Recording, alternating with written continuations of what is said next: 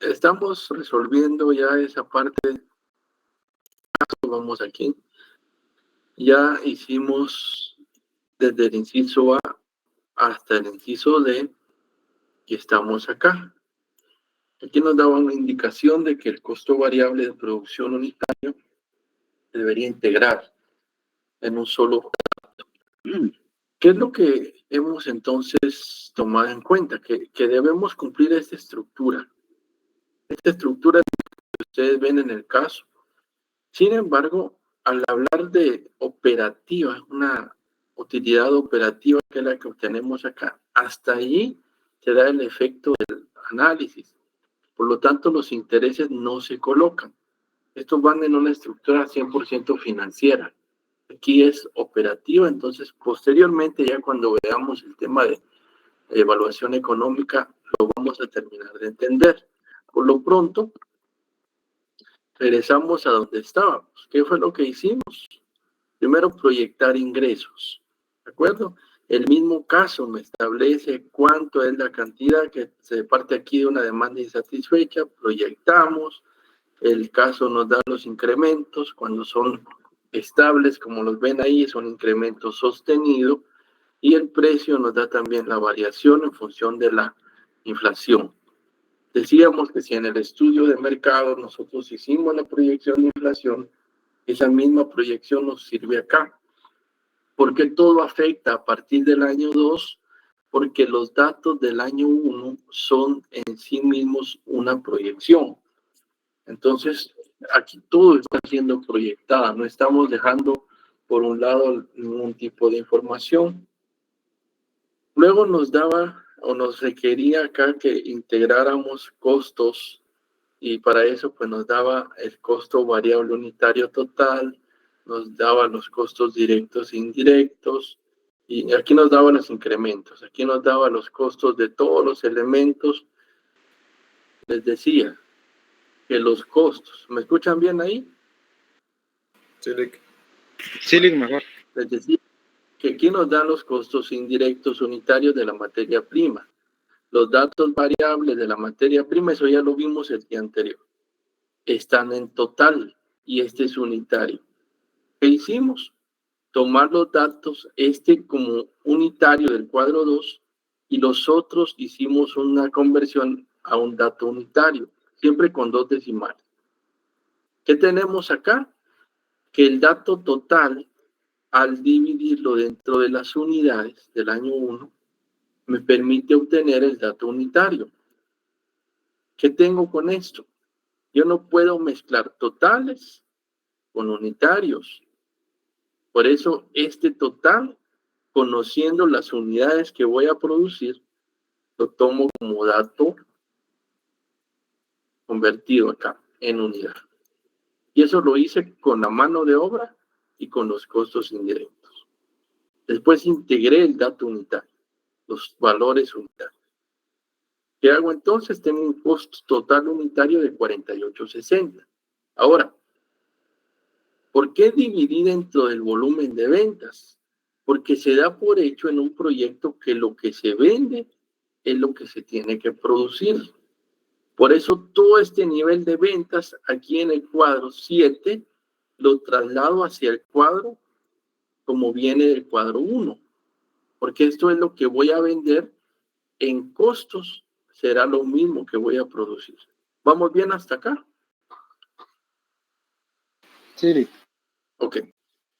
Entonces, aquí tengo el costo unitario integrado, ya con los 3 elementos. ¿Por qué integré los 3? Porque no puedo trabajar los elementos separados y lo que necesito es un costo variable total. Entonces, este costo variable total lo voy a sacar de la multiplicación de cantidad, que es la producción, por el costo variable unitario. Pero el costo variable unitario nos dice acá que también va a incrementar, aquí dice en el inciso 4, según la inflación. ¿En cuánto? 2%, 3% para años 3 y 4 y 4%. Son estos valores que tenemos acá de referencia. Va a incrementar de esta manera, según la inflación, y aquí lo dice. ¿Cómo hacemos los incrementos? Ustedes ya lo vieron, aquí lo hago de nuevo.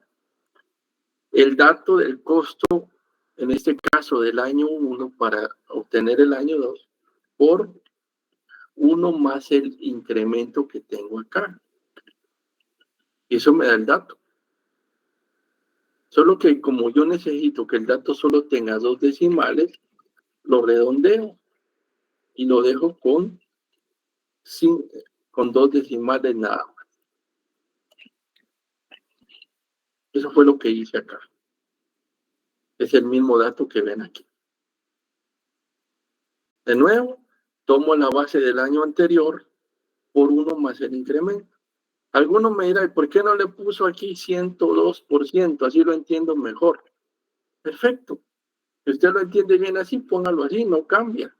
O algunos dirán, no, yo lo entiendo como 1.02 porque yo sé que va a incrementar el 2%. Perfecto, tampoco cambia. Es lo mismo, pero yo aquí lo que estoy haciendo es formulando de una vez este incremento. ¿Vamos bien con eso? Sí. Ok. Luego jalo el dato y eso ya me da la proyección de los años siguientes.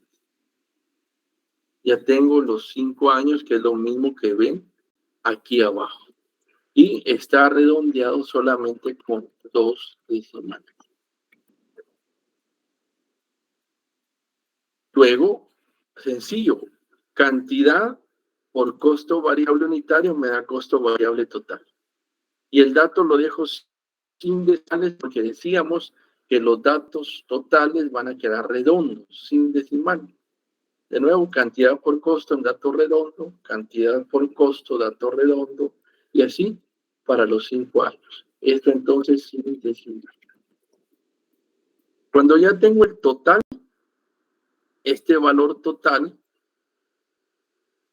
lo traslado para acá. Y este es mi costo de producción. Aquí tenía mis ingresos, que mis ingresos vienen del cuadro 1 y estos costos vienen del cuadro 7.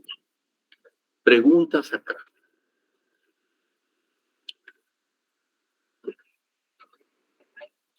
¿Está claro? Por el momento sí. Ok. Lo más laborioso en este caso, debido a todos los datos que teníamos que integrar, era lo variable. Y lo variable está tanto en los ingresos porque tienen variación en función del incremento, no solo de las cantidades, sino de los datos del precio. Igual los costos. Las cantidades ya las teníamos, pero cambia el costo variable unitario. Debido a eso hicimos todos esos cuadritos. ¿Por qué se hace tanto cuadro? Para dejar la evidencia del cálculo. Usted en todo cálculo que haga tiene que evidenciar de dónde sale. Cuando usted esté entregando una tesis, si usted se va por ese método de graduación, le van a requerir referencia y evidencia de todo. Así que todo tiene que quedar bien claro. Bueno, costo fijo de producción. Vamos con lo siguiente. Si recordamos, la mano de obra y los costos indirectos, ambos tenían una base fija o una parte fija. La materia prima no tiene nada fijo, que es un costo que regularmente es completamente variable, o en casi que siempre. ¿Por qué? Porque la materia prima usted la va a usar dependiendo del volumen de la producción, entonces es variable. En estos casos, la mano de obra sí tiene una parte fija y los indirectos también tienen una base fija, porque hay cuestiones de cumplimiento variable y otra fija. Entonces, vamos a lo fijo. Como son 2 costos, en el cuadro 3 teníamos la parte fija de la mano de obra, 86,400, y en el otro la parte fija de los costos indirectos. Además, el caso decía que ningún costo y gasto fijo de producción tendrá incremento. ¿De acuerdo? No hay incrementos. Por esa razón, ese incremento no me va a afectar los datos. Entonces, ¿qué hago? Simplemente mano de obra lo tengo acá y costos indirectos acá. Todo esto viene, recuérdense, del cuadro 3 y el otro del cuadro 4. ¿De acuerdo? Saqué de ahí los datos, solo hago una sumatoria. Alguno me dirá, pero si los otros años no cambian, ¿es válido ponerlo? No es necesario. Yo lo hago aquí solo por fines de ejemplo.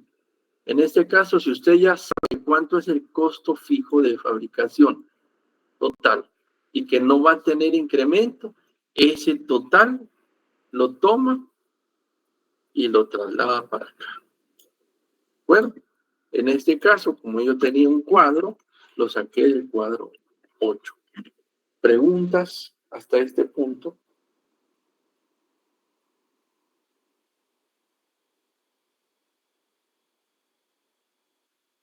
Confirmen porque con esto de la lluvia se va la señal y no sé si estoy conectado. Todo bien, Rick. De momento. Bueno, ok. Lo fijo ya no representa tanto problema porque se dan cuenta que no cambia. ¿Qué pasaría si en un momento esto cambiara? Ya lo vamos, aquí se los voy a mostrar. Veamos. Luego decía que los gastos de administración todos son fijos. Miren, todos son fijos. Entonces, ¿dónde tengo el dato de administración? Voy al caso aquí mismo. Decía que por gastos administrativos voy a tener 9,000 al mes. Como el dato que estoy trabajando todo es anual, multipliquemos 9,000 por 12, ¿cuánto les da?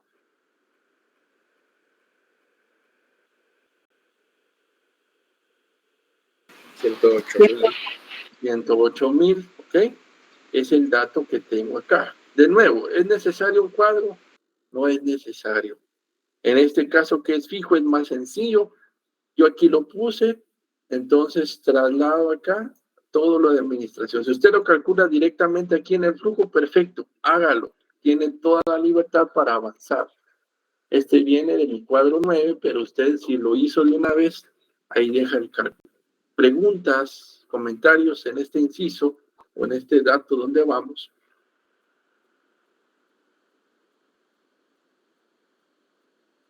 Lick, estos de administración y fijos nunca van a tener alguna variación o en alguna ocasión se podría dar. Podría ser. ¿Cómo sería la variación? Que me dijeran, por ejemplo, en el año 3, el costo de administración o el gasto de administración sube un 10%. Ustedes ya saben hacer incrementos. ¿Cómo sería? Por 1 más el 10%. ¿Sí? Si incrementa eso, quiere decir que el nuevo costo quedaría acá. Sería ilógico pensar que este costo regresa a este valor. Entonces, el costo para el siguiente año sería ese mismo. ¿Por qué? Porque ya tuvo un cambio y sigue fijo. Esa sería la forma como podría tener un cambio. ¿Me explico? Y el caso lo tendría que aclarar. Gracias, Lick. Ok. Bueno, teniendo eso, trasladé lo fijo. Seguimos con lo demás. Dice que los gastos de ventas variables van a tener un incremento sostenido. Y antes nos decía acá que los gastos de ventas anuales van a ser 30% fijo y lo restante variable. Voy a unir esos dos puntos acá. Primero veamos los gastos de ventas. Acá arriba tengo que por gastos de ventas se van a pagar 8,000 mensuales. Repito, los datos que estoy trabajando son anuales, entonces regreso aquí a mi cuadro 5, que era el que no había explicado. 8,000 por 12 nos da 96,000, que es el dato anual de ventas. Y decía que el 30% es fijo y lo demás variable, el 70%. Entonces, 30% de 96,000 es 28,800. 70% de 96,000 es 67,200. Como ya tengo lo fijo, puedo trasladar lo fijo directamente hacia acá. ¿Vean? Aquí lo tengo. Lo fijo lo traslado porque no tiene cambio. A menos que tenga cambio, incluso lo puedo hacer aquí de una vez. Pero acá yo hice otro cuadrito, lo trasladé al cuadro 10. Si ustedes lo quieren hacer así, háganlo. Si no, como ustedes se sientan más cómodos. Cuadro 10. Esto es fijo. Lo variable dice el caso que tiene un incremento de 3% sostenido. Entonces, se opera como lo demás, solo que en total. Decíamos que la parte variable de los gastos de ventas son 67.200 anual. Ese dato sería el del año 1. Y como esto va a tener un 3% sostenido de incremento, ustedes ya saben hacer incrementos. Incremento, dato del año anterior, por 1 más el incremento, valores redondos, y eso por año. Y teniendo ese dato variable, incrementado, lo traslado para acá. Y esto viene del cuadro 11. ¿Vamos bien? ¿Tienen preguntas? ¿Hay comentarios?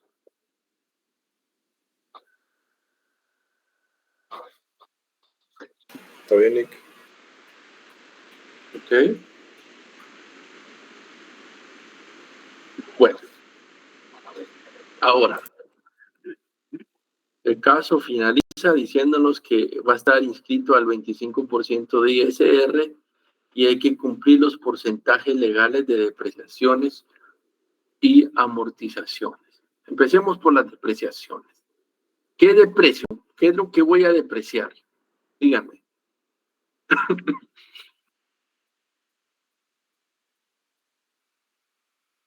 Los activos tangibles. Exacto, muy buena respuesta. Sí, es excelente. Activos tangibles. ¿Dónde los tengo? En la inversión fija y luego los trasladé al balance general. ¿Sí? Entonces, ¿qué hago? Aquí tengo mis activos fijos tangibles. Ahora, ¿cuáles son los porcentajes legales para cada rubro? En edificio, ¿cuánto de precio? 5%. 5%. 5%. ¿Dicen 15 o 5? 5. 5. 5. Vale, está bien, 5. Maquinaria, Creo que es 20, Nick. ¿ok? Vehículo, 20. 20%. ¿ok? Y herramientas, 20. seguro. No. Va a regresar a las 3 a todos, fíjense. Va a hacer un retorno ahí de alumnos, voy a devolver un montón. 15% de depreciación de herramientas, ¿de acuerdo?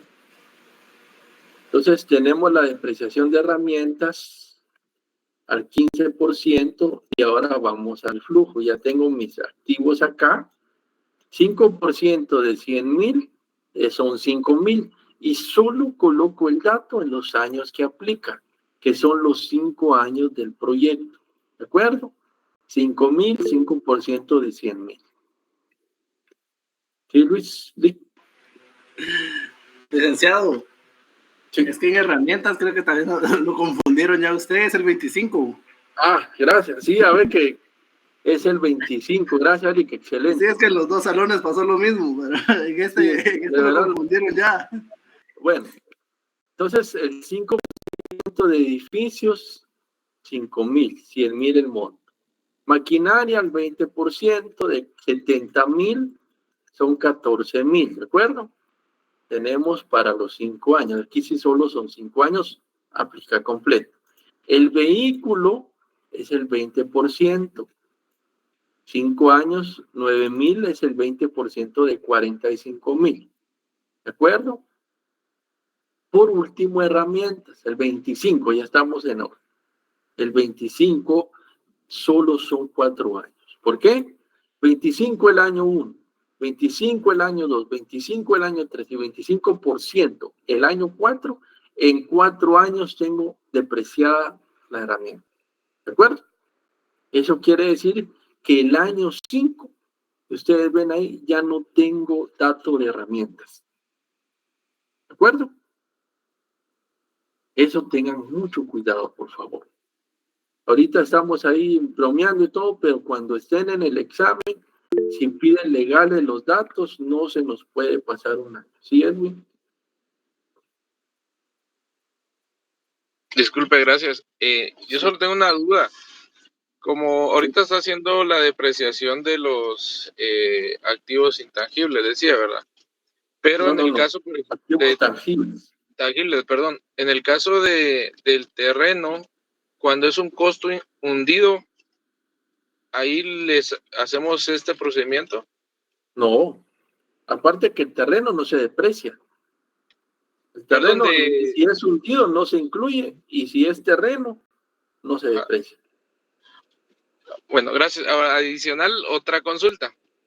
Usted mencionaba que cuando uno tiene algo antes de la inversión, por ejemplo, Sí. que es como una donación por parte de un familiar o algo así, esto es un costo hundido, pero se indica que por ejemplo, en el caso este que estamos viendo, yo me confundí porque decía que el dueño de la finca preveía comprar el terreno y hacer una construcción.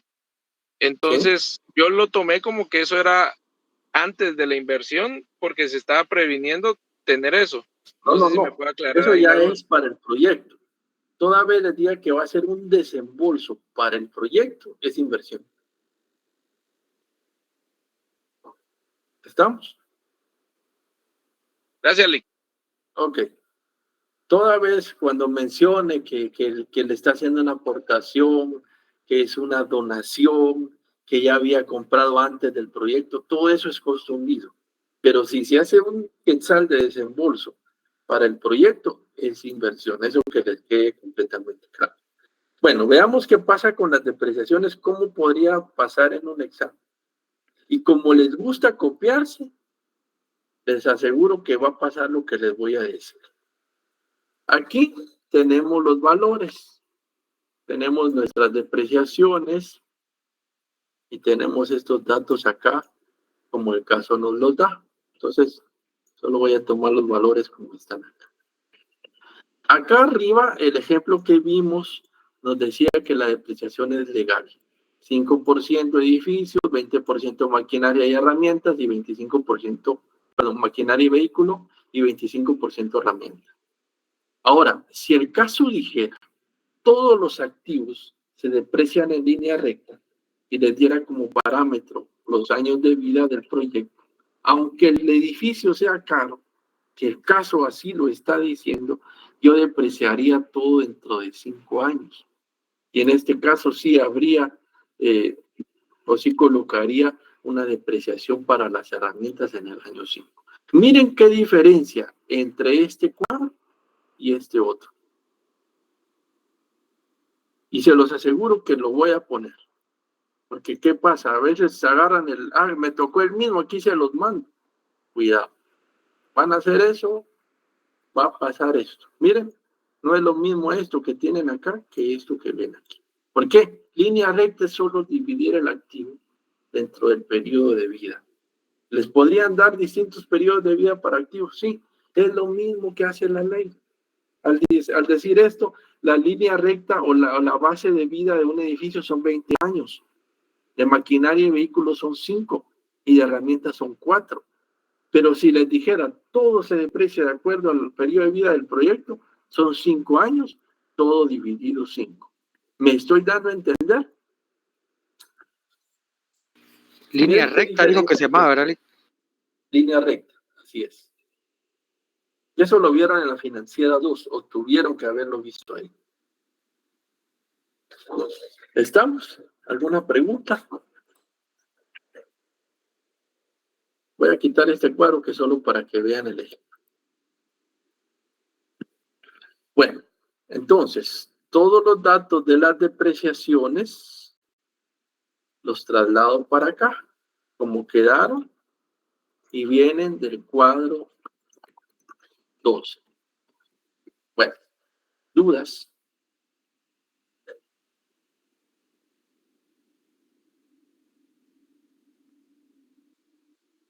No, Lick.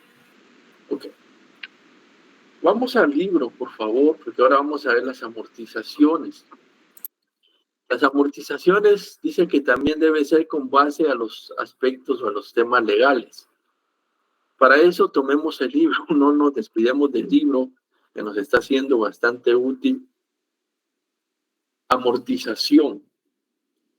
Página 274, por favor, del libro.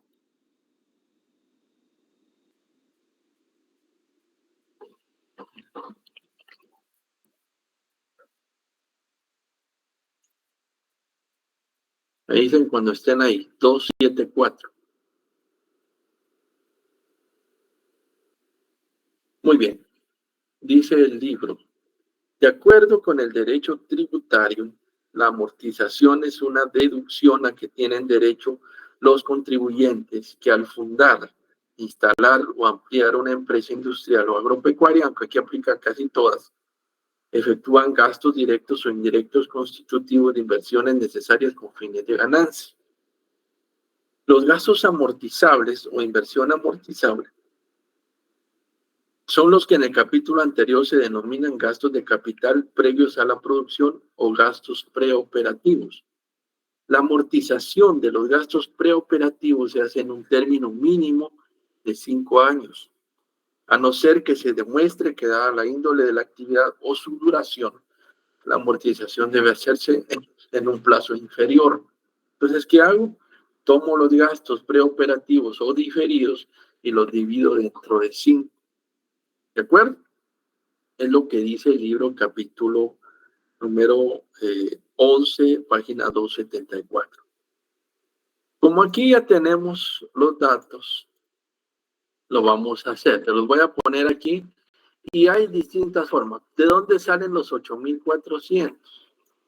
Primero, si es el dividido 5 años, recuérdense que en la inversión tenemos el diferido, 42,000. Dividido 5 me da 8,400. Ese dividido 5 también equivale al 20%. Podría también agarrar los 42,000 y multiplicarlo por el 20%. O por 0.20, 0.2, es lo mismo. O por el 20%, 42,000 por 20%. Es lo mismo que agarrar a los 42,000 y lo multiplique por un quinto. Solo lo voy a dejar acá. Todo eso es lo mismo y así es como se opera la depreciación. Aquí lo estoy dividiendo 5 o lo estoy multiplicando por el 20%, que es la misma operación. La base del porcentaje legal, repito, está alineada a una duración de vida. En ese caso, al ser 5 años, equivale al 20%. Entonces, por eso es el mismo dato todos los años. ¿Dudas con eso? Y solo les voy a dejar la referencia acá de los 42,000 por el 20%. ¿Consultas en este inciso? Todo bien, Lick, gracias. Muy bien.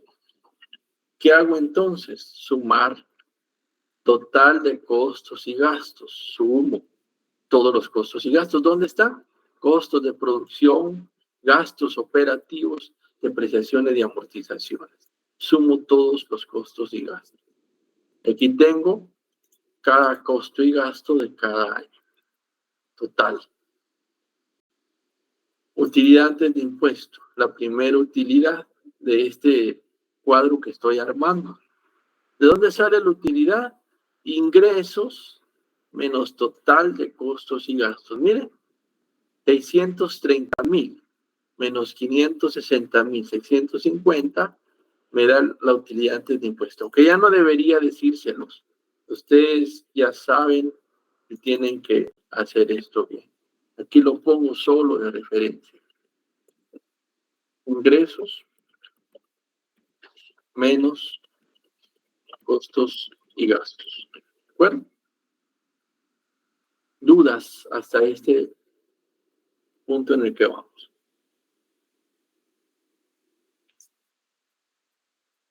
No, Lick. Bien. Ok. El ISR nos dice el caso que está en el 25%, es un dato que el caso establece, es de la utilidad antes de impuestos por el porcentaje legal. ¿De acuerdo? De hecho, la SAT ya les pide a ustedes un dato redondo, como lo ven acá,